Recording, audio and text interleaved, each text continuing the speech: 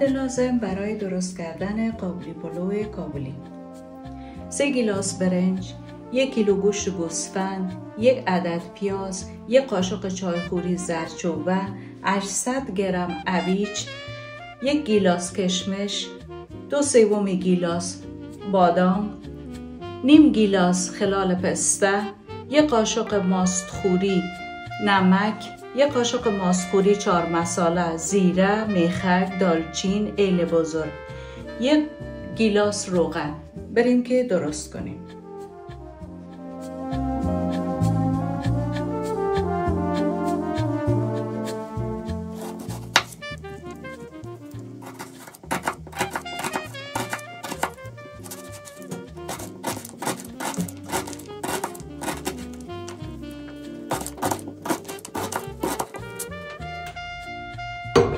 الان میخوایم گوشت سرخ کنیم.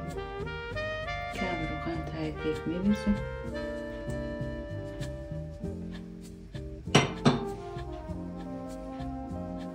خب الان پیاز اضافه میکنیم.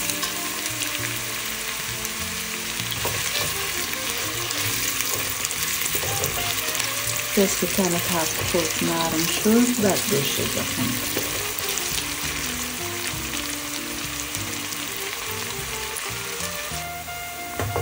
پیاز ادرسی کم نرم شد. الان گوشت اضافه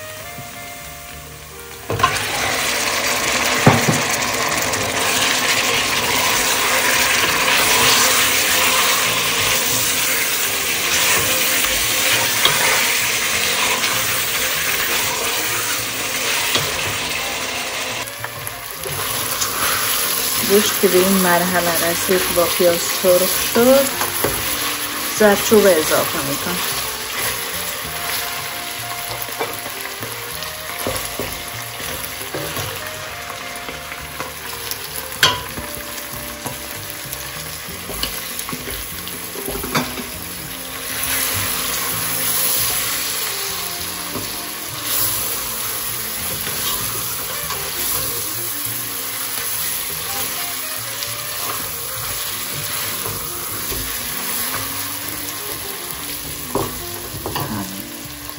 زردچوبه سرخ شد. الان آب اضافه میکنم.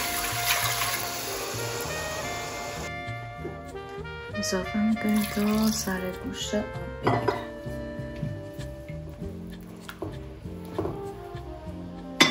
بعد سر دیگه میذاریم. اجازه میدیم تا نیم ساعت بپزه با شعله ملایم.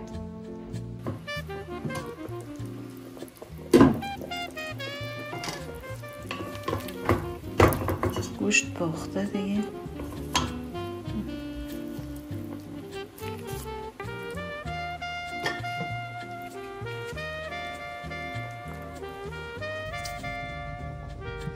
خب هویجا قطعه میکنیم به این اندازه. بعد اینجور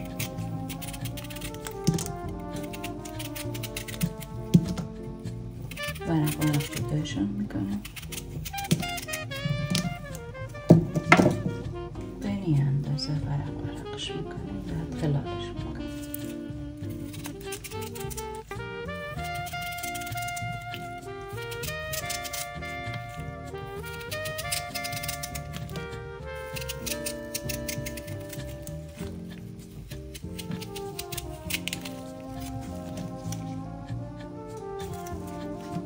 الان با قیچی خلالش میکنم.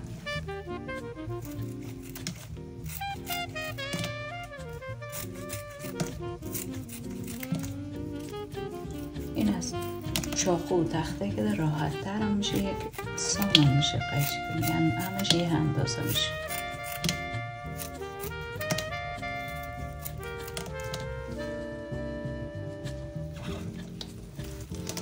همه یه اندازه اومده.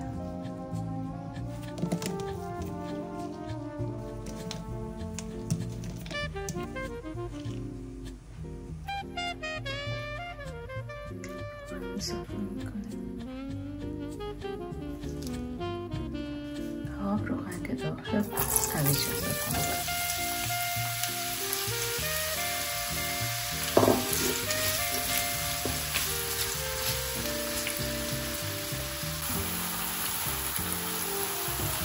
خب خب هویج ما داره کم کم سرخ میشه.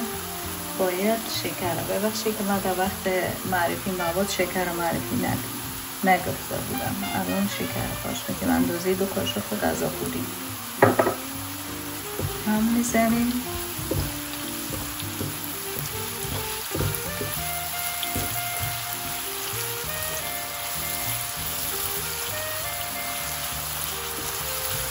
الان که خوب هم زدیم.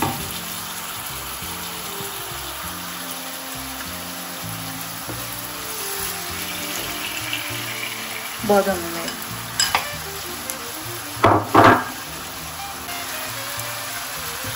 خب بعد بادام اضافه کردیم. حالا بادامون با هویج تفت میدیم. الان کشمش اضافه میکنیم.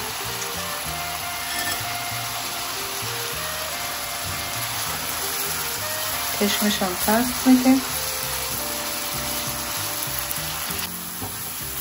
الان همش با هم تفت سرخ شدن میکشیمش.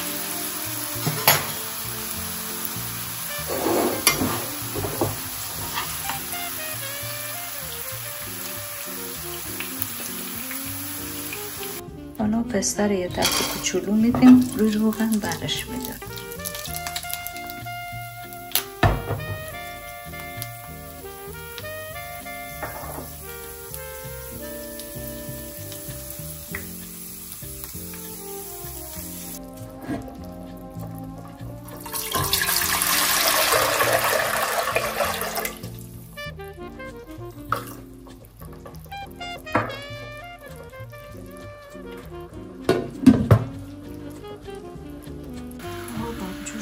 برنج اضافه میکنیم.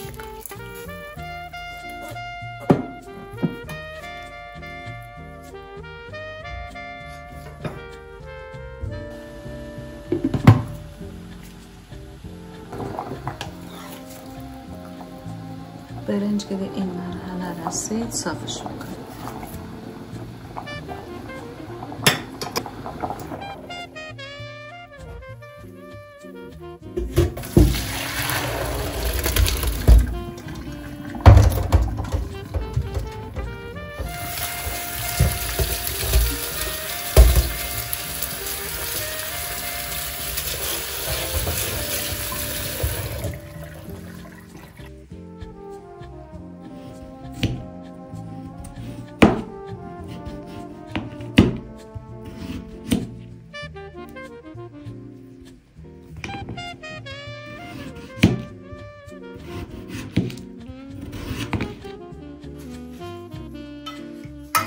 یه قاشق روغن ته دیگ می‌ریزیم.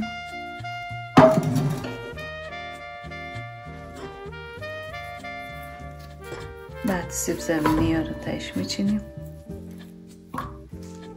سیب زمینی ها رو که چیدیم برنج اضافه میکنیم.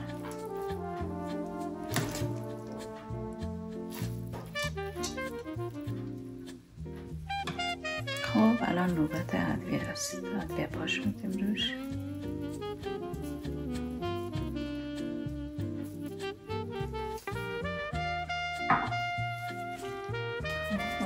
که پختره میچینیم کنار برنج.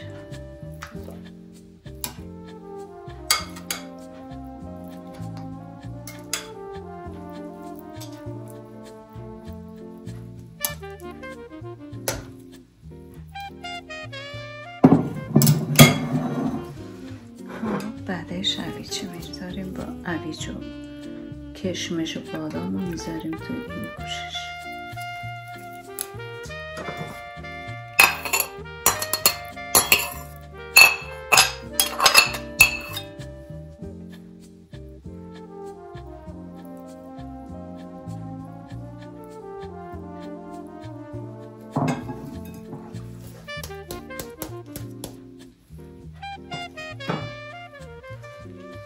چند قاشق روغن می‌ریزیم روی برنج.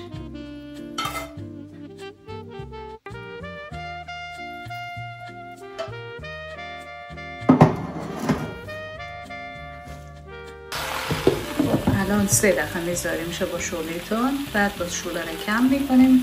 میذاریم 40 دقیقه با شعله ملایم دم بکشه.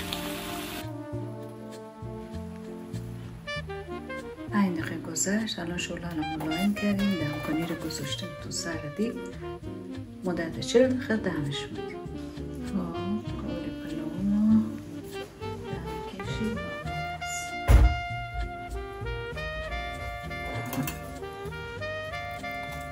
الان گوشت رو دم کنیم.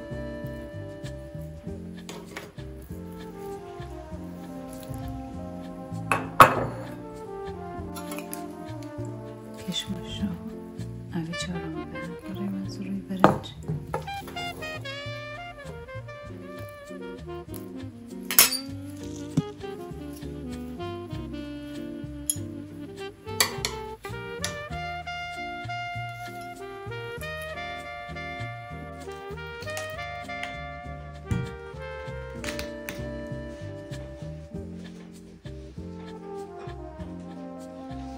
قابلی پلو کابلی آماده است با تعدیقش.